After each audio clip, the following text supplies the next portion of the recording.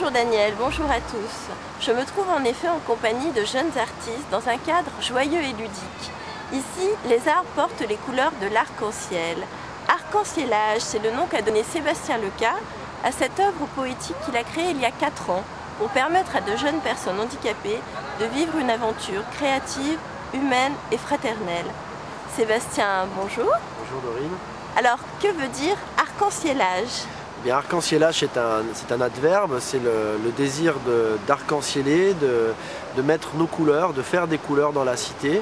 Donc sur la base de l'enthousiasme des jeunes, de leurs valeurs, eh bien, on répand, si je puis dire, on vitamine la cité et les murs de la cité. Qui sont les jeunes avec qui tu as choisi de travailler ? Eh bien, c'est 40 jeunes qui ont entre 14 et 20 ans, qui sont pris en charge dans un institut médico-professionnel joliment nommé Fête des Couleurs, et où ils ont des apprentissages fondamentaux, scolaires, mathématiques, techniques, etc. Mais où aussi on développe les apprentissages artistiques comme un moyen de provoquer des rencontres entre des gens qui habituellement s'ignorent pour changer le regard. Sur quel principe fonctionne cette installation ? Eh bien, c'était le principe déjà collectif. Il fallait être plusieurs pour porter ensemble un symbole qui allait avoir vocation à symboliser l'idée du vivre ensemble. Et pour symboliser l'idée du vivre ensemble, eh bien, on a récolté des prénoms, donc avec les 40 jeunes de l'IM-Pro Fête des Couleurs.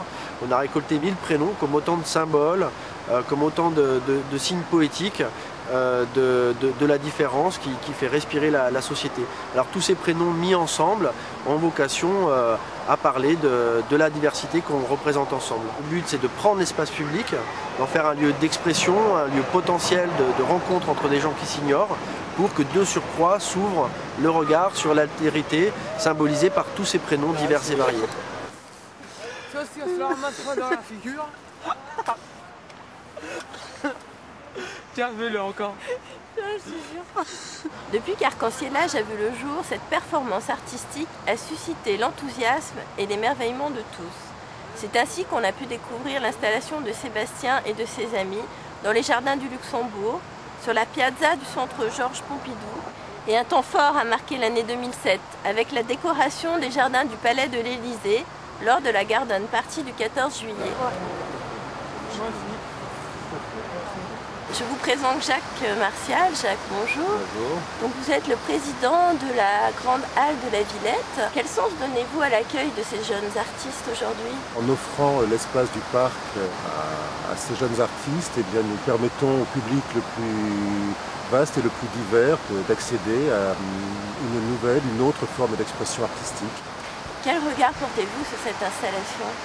C'est un beau message, un message de joie et de différence. Que pensez-vous de Sébastien et de sa démarche ?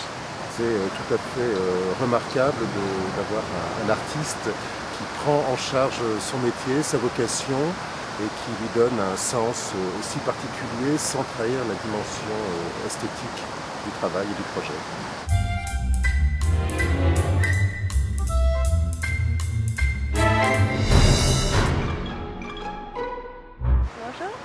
Bonjour. Comment tu t'appelles ? C'est la Voirie. Tu as quel âge ? 17 ans. 17 ans ? Et alors, qu'est-ce que vous faites ?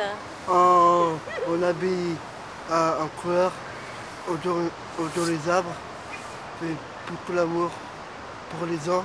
C'est Sébastien et nous qu'on a eu cette idée pour habiller sans les places à Port de la Villette. Et voilà, on veut donner plus de liberté aux gens. Et à l'Élysée, on s'est fait habiller très très beau. On a vu le président, voilà. On a fait photo avec lui, voilà.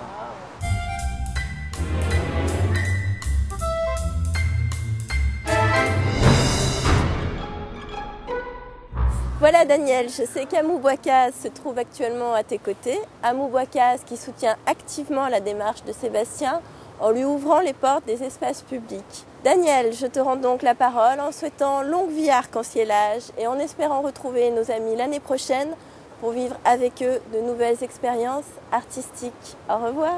Au revoir.